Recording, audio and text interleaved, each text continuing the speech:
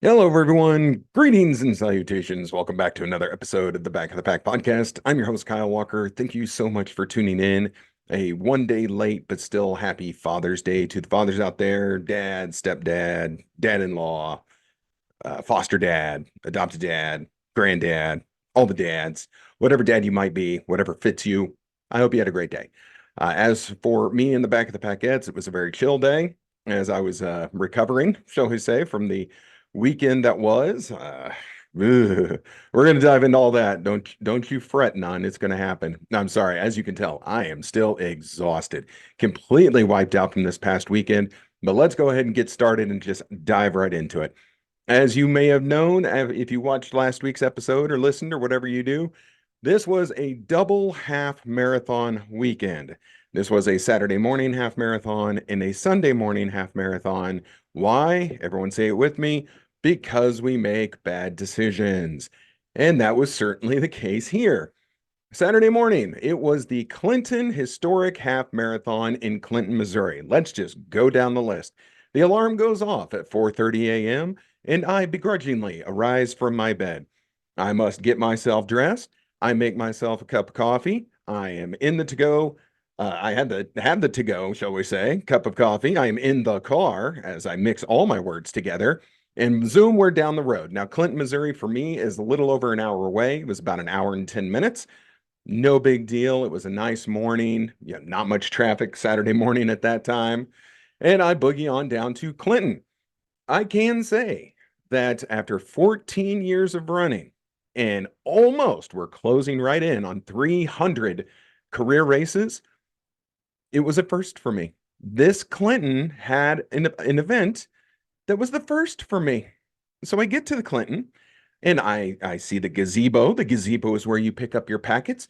Your packet is your shirt and a pint glass and your bib, and I am ready and raring to go. I go to them and they say good morning, and it is a good morning to you as well. My last name is Walker. I am running the half marathon. I would appreciate my stuff, pretty please. Something along those lines by way of verbiage. They look, oh, I don't see it under Walker. You said Walker, right? Yes, Walker. Walker. Walker, yes, please. No, I don't see it. No problem. Try Kyle. Kyle. Must be under Kyle. Oh, yeah, that's got to be it. No, no, nothing under Kyle. Let me go check the 5K basket. So they go over and they check the 5K basket. There's nothing. There is no packet for me. Now, this isn't the thing that's the first. I said, no problem. I have left my phone in the car. I will go. I will pull up my registration. I will show you my registration and we will be good to go. No worries. This is no big deal. I go to my car, thankfully not parked far away, and I pull up my phone and I'm scrolling through my registrations. Scrolling, scrolling, scroll some more. Suddenly I feel like I'm back too far. Okay, I must have missed it. We'll scroll back the other way. Scrolling, scroll. I don't see it. Hey, you know what? Why don't I just do a search? Okay, yeah, let's do a search. Clinton. Huh. I see last year's registration. I see some reminder emails, price increase emails. I don't see registration. So what happened was I must have taken it on the screen all the way to the end. Like my spreadsheet of races showed the total in which I was going to pay for Clinton. I just must have never actually hit submit. So I actually was not registered. This was the first time in 14 years I showed up to a race I was not registered for. Oh, hey, you know what? It was bound to happen at some point in time, right? So I have to get my phone out again. I go up to them, like, okay, here's the problem. Tell them what the issue is. Oh, well, there's still race day registration. All right, cool. I will register on race day. If you are even mildly financially aware of what's going on in your life, when is the absolute worst time to register for a race? Three, two, one. Yeah, it's on race day because that is the most expensive time. So when I pulled up my spreadsheet and I saw what I thought I was going to pay for the race, and then I saw what I did pay for the race, it was a little over $40 difference. Oh, you know what? I figure $40 is about the price you pay for being an idiot. And that's what I'm going with. So I register, I get myself all signed up, I get my shirt, I get my pint glass, I get a bib. Even now to this point though, The bib has not gotten linked to my name, so I still don't have any official results from Lincoln. Not that I really want them, but for the sake of my spreadsheet of finishing times, I might as well get that number. I've emailed them. I'm sure they will get it sorted out. I'm really not that worried about it. Again, this is all my fault. This has nothing to do with Clinton. This was completely my fault. But whatever, whatever. So, yeah, there we go. I throw my stuff in the car. I put on my bib that's not in any way, shape, or form attached to my name, and away we go. So we get to the start line. A lot of people from the Kansas City running community were at the start line of Clinton. That was great. We're doing the stuff. We're saying the highs. We're taking the pictures and this, that, and the other. No big deal. And then it comes time to get going. So thankfully, this race started on time. That's a good thing in my world. National anthem done. The race starts. Zoom, we're off. I've not done this race before. Now, when I said I had signed up for it last year, I wasn't able to run it last year. I think I made it a virtual because something prevented me. I don't know what it was. But any which way, we're trucking along. Mile 1, no problem. Mile 2, no problem. We're in the Clinton area. Now, if I have to come up, and I will have maybe just a few runner gripes about this, but overall, good race experience, good race, well organized, good group, nice town. So anything you take after that, please know first and foremost, I really have no problems with this race. This race was no big deal. Well done. Some of the runner gripes that I would have, though, and there's no way to avoid this, so I'm really not bashing them at all, because you go through so many neighborhoods, especially at the start, neighborhood after neighborhood after neighborhood after neighborhood, it is actually impossible to close down every street to make it so that it is runners only on the street in which we are running. There are going to be cars. There are going to be people trying to get across the road. There's going to be people coming up behind you in automobiles. There's people coming to get you and people coming for you. It's going to happen. There was no way to avoid it. Now, thankfully, 99.9% of the drivers were fully aware of their situation, were no issues, and were very careful. I did hear some instances of the 1% who weren't, but you're never going to get perfect. So, hey, people of Clinton, let's take your pedal off, or your foot off the pedal, shall we say, when there's runners on the road. But yeah, there was no way you're going to avoid the issues of traffic. But thankfully, it wasn't too terribly bad. So the 5K and 10K, they split off from the half marathon at one point in time. The half marathon, we continue on, kind of loop around, and then we come back around and join that race already in progress. And so we're coming up behind the 5Kers, and now we're at the 5Kers who are more towards the back, who are more towards the walk. So you have to do a little dipsy-do, dunkaroo, get around some folks, no big deal. As for me, I was hanging with the 240 pace group pretty well. I wasn't pushing it. This is a hilly course. No question about it. This course has hills. You are not going to avoid the hills. And trust me, you're not mentally prepared for the hills, but there are hills on this course. Either way, I'm staying with the 240 pacer. Bless her heart, she was running all by herself. There was no one around. I don't think too many pacers got a lot of action in that race. It kind of seemed like everyone was doing their own thing.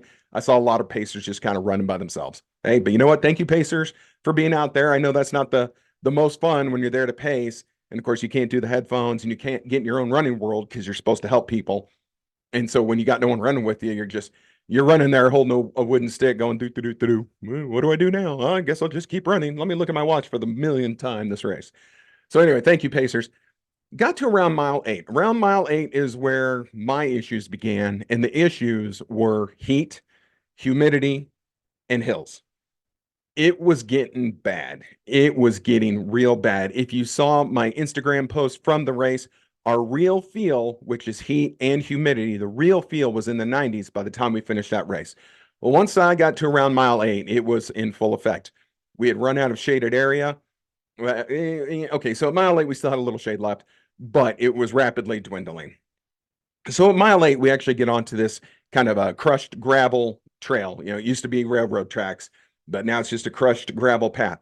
That was kind of nice. There was a lot of shade there. Easy on your joints when you're running on that stuff. It's not as hard as asphalt. And you make a right, and you're kind of around right at mile 8. You do an out, you turn around, you do a back, and you're heading off to a more of an industrial area. That part was really nice thanks to the shade. However, some parts of it, there was zero shade. Once you got to mile 9, you're pretty much shadeless for the rest of the race. And that's when it was getting really bad. You're in the middle of the road, not a lot of shade, a lot of hills. Now, this race, let's just say they saved the best for last. They saved the worst hills for the last 3 miles. And boy, did they ever. So when you hit mile 10, you assume, hey, this is going to be great. Life is going to be grand. We're just a 5K away. We hadn't even hit the real hills yet. So we get to this area. We actually end up going right towards the finish line. We take this big downhill, which is nice, but you also know that you're taking it away from the finish line. I saw runners coming back the other way, and they're going up this huge hill. One runner who I know said, this is the finish, because he was basically at mile 13, just kind of had the 0.1 left, and he was still going straight up a hill. I'm like, oh, goody. This is just going to be worlds of fun. Trademark. Sorry, Worlds of Fun Corporation. I used your name. But this is just going to be worlds of fun trying to go back up this hill. So anyway, I go down the hill, which is really nice. At this point, I am definitely struggling a little from the heat. I have also taken my foot off the gas because I know I'm not even halfway done with my weekend yet. Because again, this was a 2 half marathon weekend. Yee! So I'm trying to take it real easy. And then those hills made me take it even easier because they were gnarly. I come up to the aid station at mile marker 11. I'm using the aid station there. We have some of the worst hills right in front of us. You're looking at it. You're looking at that hill like, oh man, this is going to stink. And so you continue on. You go up this big hill after mile marker 11. You hang a left because you're just doing a big loop. And you're going up the hill on the backside. And then when you get to the top of the backside there, you finally get to start going down again. But then you're rolling. You're rolling leading up to mile marker 12. And then from mile marker 12, I told you I can't talk today. I'm tired. Mile marker 12, all the way to the finish, you are darn near, boy, uphill. So it from 12 all the way up to 13, it's uphill. And then that last, tenth of a mile is flat. You see the finish line, you go. It's like, oh, look, downtown Clinton. Yay, let's go. You jog. Now the problem was, because again, I know where I was in the pack. I wasn't at 3 hours, but I was close. I was a little bit in front of 3. At this point, people were already starting to not really take things down, but cars were starting to move. People were starting to migrate. The race was just kind of falling apart, as all races do in their later stages. Not as much support, maybe not as much attention. The volunteers maybe, talking to someone else to, talk about post-race plans, whatever the situation is. So I'm running up, and I actually got kind of lost. And I'm slowing down, looking like, where am I supposed to go? I don't see a clear path here. What is happening? Thankfully, a volunteer read the confusion on my face, like, hey, over here. And he showed me it was a gap in between two yellow tapes, 2 cones with yellow tape on it. It's kind of a do not cross line. Well, I'm supposed to hit the gap and go in between to the finish line. Thank you, kind sir, for directing me in the right place. And then I finished the race. Not a PR by any stretch. It was actually very slow for me. The hills were bad, and the heat, I can't stress the heat enough. Again, 92-degree real feel when you're done with a race is hot. That is a hot race. There's just no 2 ways about it. So, finish the race, got my finisher medal. Here it is. Let's show it off here. If you happen to be watching on the Facebook or the YouTube, this is actually a really cool medal. Credit to Clinton for this medal. Come on, camera, autofocus. I'm holding it right in front of you. Anyway, it's a really cool medal. So it's in the shape of the state of Missouri. I won't hold that against it. It has a diagram of all the lakes, all the water part of Truman Lake. Truman Lake is a lake I've spent tons of my life on. My family has land down in Warsaw, Missouri. You have to go through Clinton to get to Warsaw. So I've spent tons of time on Truman Lake. You also have to go through Clinton, Missouri to go to Osceola, Missouri, which is where the Boy Scout camp is. I, as a former Eagle Scout, spent plenty of time in Osceola. And I know we always stopped in Clinton to hit the fast food joints, which was kind of your last meal before making it to scout camp, where you were at the mercy of the mess hall for a week. Whew. Sometimes it was a little hairy. Some days definitely better than others. So that is the medal. And Clinton, thank you very much. On my way out, I ran into the race director from the Clinton Historic Half. Pleasure to meet you. And again, a very good race. There's the small runner gripes of the cars, which you can't control, the heat, which you can't control, the humidity, which you can't control, the hills. Let's reevaluate. Maybe put those hills towards the front and not the end. Just a thought. But I know a lot of people down there ran the various distances, 5K, 10K, half. A lot of people, good times, had a great time, got good times. And we had a lot of people that I know with age division awards, which were, what were those? Rubber fish. And then on the hook in their mouth was the age division award little, I don't know, little pendant. I thought that was kind of cool. That's a new thing. So that was fun. We get done with Clinton. I know a lot of the team went out for coffee. I had to boogie back home. Reason I had to boogie back home, we had a little impromptu party on Saturday afternoon to celebrate our boy Cody's birthday. So a lot of running people met in Overland Park, Kansas at a bar, Brew Top. If you want to sponsor this podcast, I'll talk about you more. If you don't, that's all I'm going to mention. We went to Brew Top. There we go. And so we celebrated his birthday. It was a fun time. We were there a little over 3 hours, and it was fun. But again, trying to rest up post half marathon and also pre half marathon. By the end of it, I was starting to get a little tired and I was starting to get a little, I'm starting to panic about tomorrow. I need to get home, recarb load, try and rest up and be ready to go the next day. So again, Clinton historic half, good job, good times. Congrats to everybody. It was a fun morning and a good race. I will plan on being back. Now I know a little better what to expect. It's always nice when you kind of know the course, right? Indeed. So speaking of not knowing the course, next we have Sunday morning. And I'm going to say that it is good that I did not record this episode upon coming home from this race, from the Sunday race, as I came home salty, and it wasn't just the sweat on me. I probably would have blown this race out of the water had I recorded this yesterday. As it is, I've had a day to sleep on it, to try and bring myself down, to try and find the positives in our experience and not just dwell on the negatives, which I could. But in the race company in which we're going to refer to, I don't think is going to want to work with me anytime soon. I already know they don't want to because we've had these talks before. So a couple of years ago, when we were still doing Back of the Pack podcast, but we were still under the banner of the old production company, blah blah blah. Buddy's actually reached out to us about maybe doing an agreement. Now, we hadn't been doing the show very long. We're thinking, ooh, this could be great. Talk about kind of an in with one of the running companies around town. And so we were talking to a gentleman.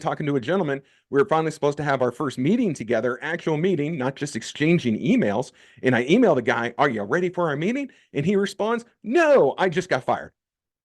What? Oh, damn. And so he's like, oh, I passed all your information on to the people who are still here, but I am out the door. Okie dokie. And so I thought maybe I'd hear from those people. Never did. Never heard from them. So y'all know me. I'm going to shoot you straight. And some people aren't going to like it. This race company ain't going to like it, but you know what? Stop me when I'm telling lies.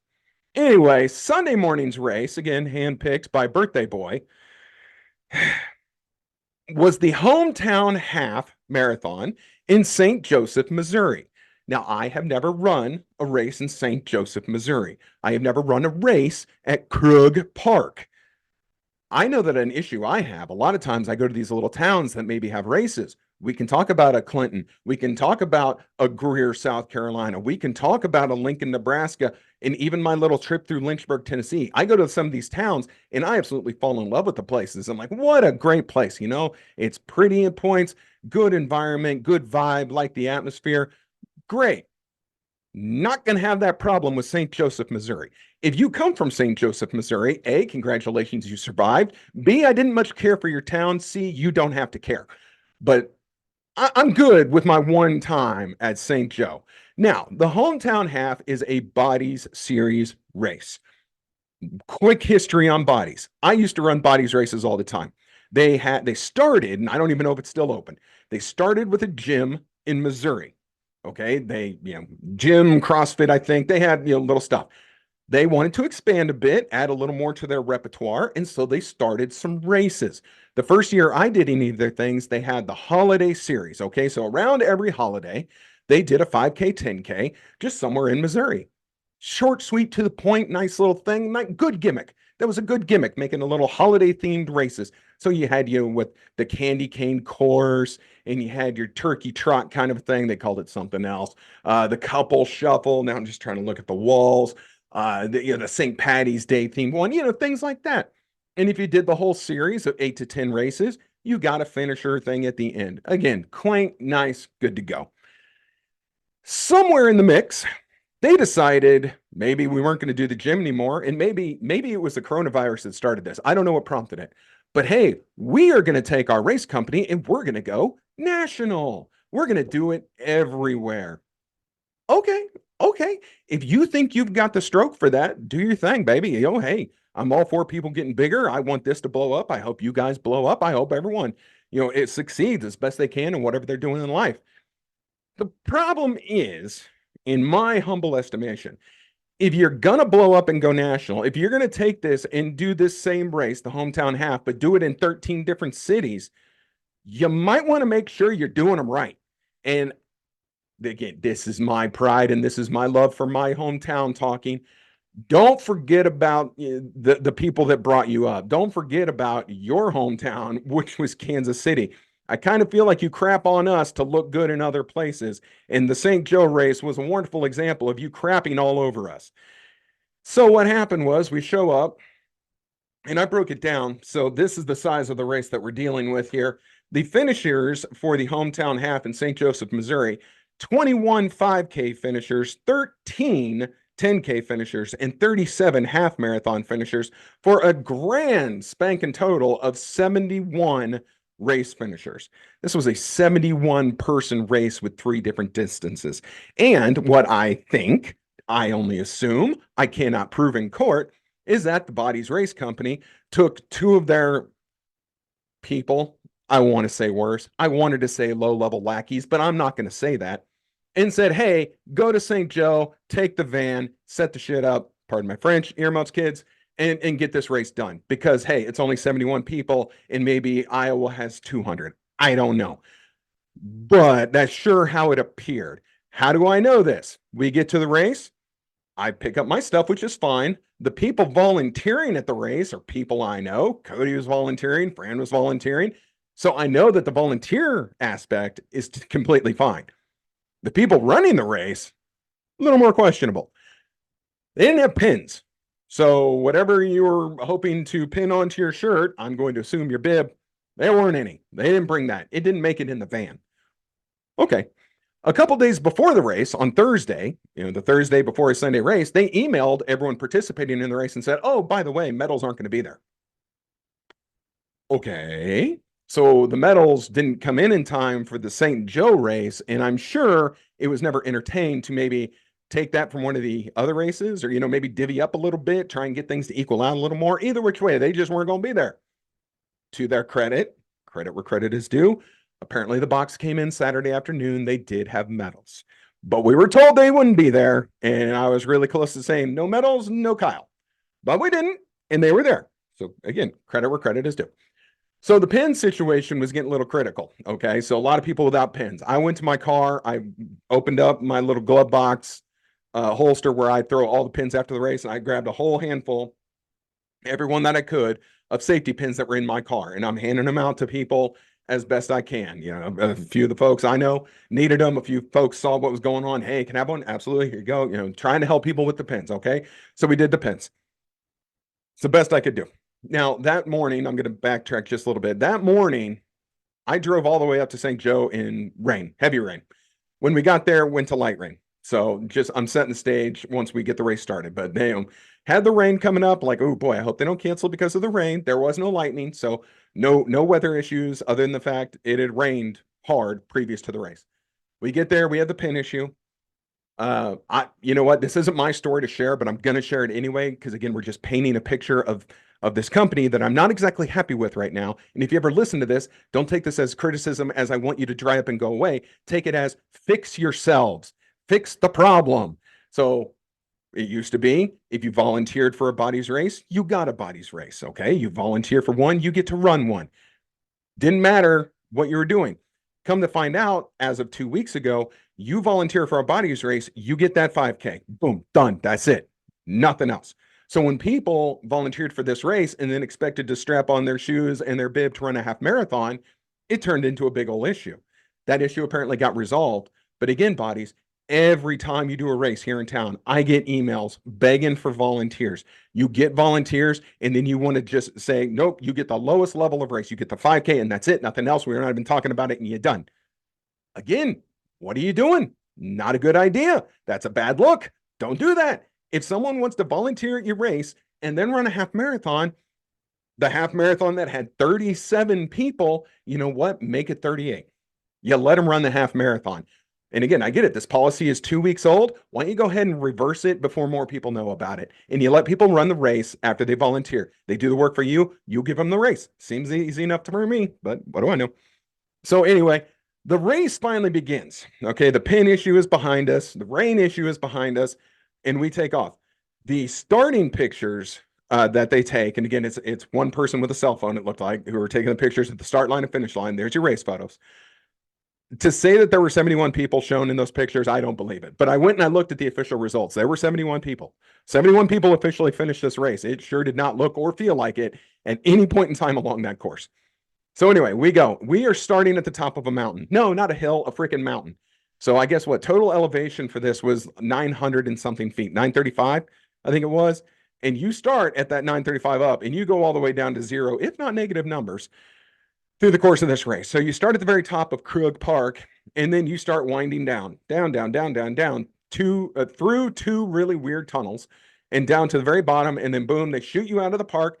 Thank you to the St. Joseph police officers who were there to make sure none of us got killed as we went out of the park and had to go across the street to get to a trail that leads up to more of the course. Thank you for that.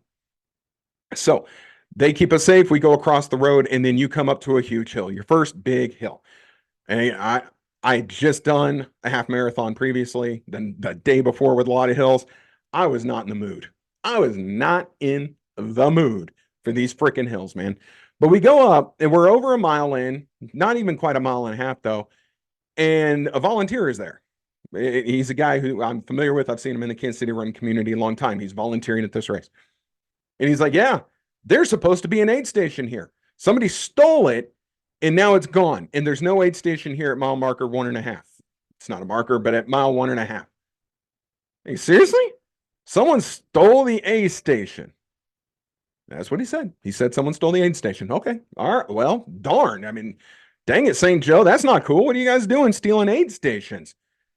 To me, that sounded a little hinky, but again, this is what the man was told. I'm sure he's a volunteer. He was told this. Okay. We continue on. We go up the big hill. We go down the backside of it. We're on a paved bike trail. I don't know the name of this trail, but it's just a trail around a park. That's what this is. So we come to the 5K turnaround where all the 5Kers, they just loop around the cone and boom, they're already heading back. Cool. Enjoy. We keep going, keep going, keep going. We have to go across 2 streets. And again, thank you, St. Joe Police. There was an officer at the big main intersection 1. He kept us safe getting across.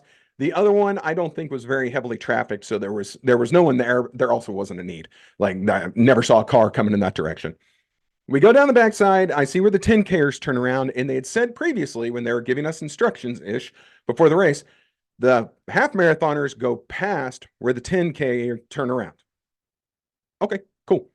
So we go past that, and at mile 5, we get to our aid station. Wait a minute, is this mile 5? No, I don't. Maybe it was before mile 5. Either which way, it's around mile 5-ish. We get to our aid station, and that was the first time I got water in almost 5 miles. We do that. We continue on. Well, the turnaround is, I don't know, 300 yards past the aid station. So we turn around, go around our cone, and we're coming back, and boom, there's the aid station again. It's the only one on the freaking course that we are aware of. It's the only one we've seen. And we start heading back. Now, if you're doing the mental math, if you're a little over 4.5, maybe even 5 miles, and you're going back, well, that's not even a half out and back. Again, I think it's more around 4 miles at this point. Now I'm doing the math on it here. Okay, well, you're right. So we're already heading back, and we're doing the course again. Okay, so we're going back the way we came. We come, we do all the course all along the trail, and we come to where we started at that first 1.5 mile marker where the first aid station was going to be. And that 1.5 mile aid station, of course, is the one that really would have benefited the 5Kers. The 5Kers had no aid station. And I don't know if the 10Kers did either. I don't know if the one aid station came before or after where the 10K split, but it was close either way. So anyway, the 5Kers did it with no support. Well, we get there. Well, now there's a table set up. There's a table, there's cups, and there's water. And the guy was like, yeah, they were able to find more stuff. They were able to, to put up an aid station. Okay. So the skeptical part of me, the guy who's a fraud analyst by day who works for a bank, is thinking, which sounds more likely now? They set up the aid station on time, where they were supposed to, when they were supposed to, how they were supposed to, and it was stolen. Or The people who forgot the pins didn't have their first aid station set up by the time runners got to it after the race had started and finally got it together. Maybe after 5Kers were finishing and complaining about not having an aid station, they thought, uh-oh, we better check the back of the truck. Uh-oh, there's the folding table with the water jugs and the cups. Let's take it down to the 1.5 mile marker and set it up right quick. Both are possible. One is more likely than the other. It was in the truck and not set up versus it was stolen randomly by the folks of St. Joseph. Again, I'm no police officer and I'm not a witness to this. It could be either. One seems more likely than the other. All I'm saying. So we come all the way back around. We finally are able to get the drink at that spot, knowing that there's about 1.5 miles back up the hill. So back up this monstrous, almost 1,000-foot elevation hill we go, and we're basically at the start line again. I'm looking at it. I see the finish line directly in front of me. I also see about 20 feet to the left the turnaround for the half marathoners. And again, it's just a cone, a little sign that says half marathon turnaround. So instead of just finishing, which I really wanted to do at that point because I was not having a lot of fun, I hit the little turnaround at the cone and we head right back out. And so we do it all over again. Down the monster hill, through the strange 2 tunnels, across the street, thank you officers, up to the aid station at the top of the hill. Glad it was there. No one took it in our time in between being there. Up through the woods we go and along the course, down the course, around the backside. I see you flickering screen. Don't mess up like you did last week. I'm not okay with that. Anyway, we continue on. We go to the lone aid station on the course that's actually out there in the trail or in the woods on the trail. One cool moment is Cody and I were running along and a deer like ran right next to us. Like big old mama deer just came right out of the woods. She was like, yo, what's up? Have a good run. And then she went and did her own thing. That was kind of neat. We at this point, okay, yeah. So at this point, where are we again? Maybe mile 8, 9, somewhere in there, between 8 and 9. The clouds were gone. The rain was a distant memory. Humidity was as high as it could possibly be, and the temperature was climbing quickly, and the sun was out. I was done. My tank was on E. I had absolutely nothing going for me in those last 3-4 miles. I mean, I wasn't having fun. I was mad at the situation. I was mad at what was going on. I was mad at that course. I was mad at the sun. I was mad at the hills. I was mad at the elevation. I was mad at the people who stole the aid station. Just wasn't having a whole lot of fun at that particular point in time. But we continue on. We're going to finish this here race. My last 5K, though, was absolute garbage. My finishing time was absolute garbage. But I digress. With about a 5K left, Cody had been doing the race with me. He was hot. He was done. He was tired. He's also faster than me. He decided to continue on a little quicker pace than me. I don't blame him one bit. Get done with this son of a gun. Because all we were doing that entire time was cursing this race. Yeah, so I'm through the aid station. I circle the cone, back to the aid station. Okay, great. Problem is, there was one person at each of these aid stations. They had little Dixie cups and they had a trash bag hooked to the table. So if you wanted to take a drink, you had to stop, take the drink or two, and then put the trash in the trash bag because they didn't have the trash cans 50 feet, 100 feet, 150 feet down the road. They could throw your stuff in. They just didn't have that. They didn't offer that. They didn't bring that in the truck. So unless you wanted to be a complete jerk face and just litter along the course, and I didn't want to do that, I had to stop everything I was doing, take my drinks, bend over, open up the little trash bag and throw the trash in. Is that a big deal? No.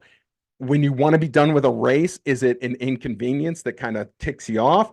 Yes, 100%. That's what it is. Anyway, so I get through the second to last aid station, go through the park again. Thank you, officer, for not letting us get killed one more time. Down, continuing the path, up the hill, around the hill, here, there, yonder, get to the aid station that the thieves returned, take my last couple drinks from him. I let him know how many people I knew were behind me because I know he was ready to be done. It was getting hot and gross. So I finished with him, go across the busy intersection. Going across the busy intersection, we did have, I felt so sorry for her.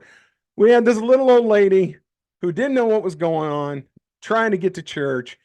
And so she's about to zoom through this intersection. There's a police officer directly in front of her, waving his hands, wearing the bright orange vest. She almost mowed him over as he stopped at traffic for me. Oh, I felt bad. And he was pissed. Rightfully so. but I still feel bad for Grandma Time there, who she was little old lady with her pearls on, dressed up, going to church, and now this cop's reaming her, and she doesn't know what's going on. Like, why are these idiots running across the street, dripping sweat and wearing things on their, stomachs with numbers? What's happening? So she was clueless, almost killed the cop. Cop was not happy. I was ready to be done. I make it back into Crook Park and I start going up the 1,000-foot hill again. I get to the top of the 1,000-foot hill. There's a little downhill to the finish line. I could have run it out. No, I didn't. I was still walking.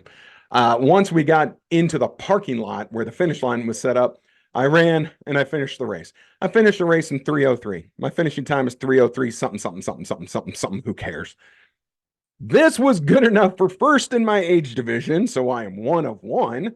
Woohoo! So I'm an age division award winner for the hometown half marathon in St. Joseph, Missouri. I think there was maybe 5 people still at the finish line when I got there. And as soon as I crossed, they started to fold up the timing mats. Now I'm thinking to myself, okay, there's still people on the course, so don't mess them over. I think they were just starting to take things apart so that when everyone was finished, they would be faster out. Not thinking, with the maximum amount of effort you put into this event, I understand why you want to get out of here quickly. So anyway, let me show you my medal. Hey, the medal's cool. I'm glad it came in time. Thank goodness for small favors. And it moves. It's a little gyrosphere, so I'm trying not to make it spin. Here we go. So there you go. You see, it's a 6-inch medal. It's a nice medal. The little pin on top is my age division award winner. And then now you can just spin everything. See, look at it go. It's a gyrosphere. Woo, neato. So yes, the medal is cool. It is your one saving grace on this race, bodies. And there we go. And an age division award. So after that, I called Cody a few names and then we called it a day. I came home, enjoyed the rest of my Father's Day, sitting directly on my fat keister, watching TV. We ordered pizza because I was not going to cook out anything and I wasn't going to go anywhere. So the back of the Packettes and I enjoyed some Minsky's pizza. You guys can sponsor us if you want. I will shout you out all the time because of how much I love pizza. And that was the end of it.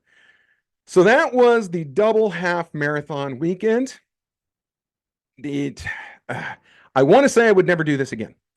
And there's parts of it I will never do again. There's absolutely parts of it that I will never do again. Stop calling me spammers. You're my biggest fans. I would consider the half and half doing maybe the I-35 challenge at 2 big time races. And again, this is not a shot at Clinton. You know that you are a smaller race and you are a little bit of a smaller race, a very well done race, but you're not the thousands of people like the I-35 challenge, like the Garmin Kansas City half marathon, and then the IMT Des Moines half marathon. Those are very big races. That makes up the I-35 challenge. I would consider doing the I-35 challenge. I also would consider doing something this foolish again if I was doing Dopey challenge in Disney, which is a half Saturday and a full on Sunday. Now I have a new appreciation though for what my training would need to be for either of these two events, for I-35 and or Dopey. It's a different beast. Yes, you can suck it up and you can go out there and you can knock out 2 half marathons back to back. You can do it. I can now say, I can confirm you can do it, but on how much you want to kind of enjoy life after it, that's what you have to train for. You could knock it out. Adrenaline can take you far. And again, if I had done Clinton and then, I almost used really bad language. If I did a Clinton and then, a different, a top city, okay, a Clinton and a top city or top city and Clinton, you could get up for something like that. You could get yourself fired up for those kind of things.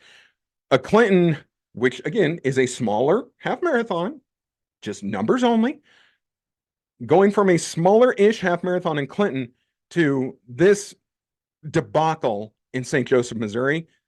You want to talk about what will kill your motivation? There it is. There it is right there. It is that.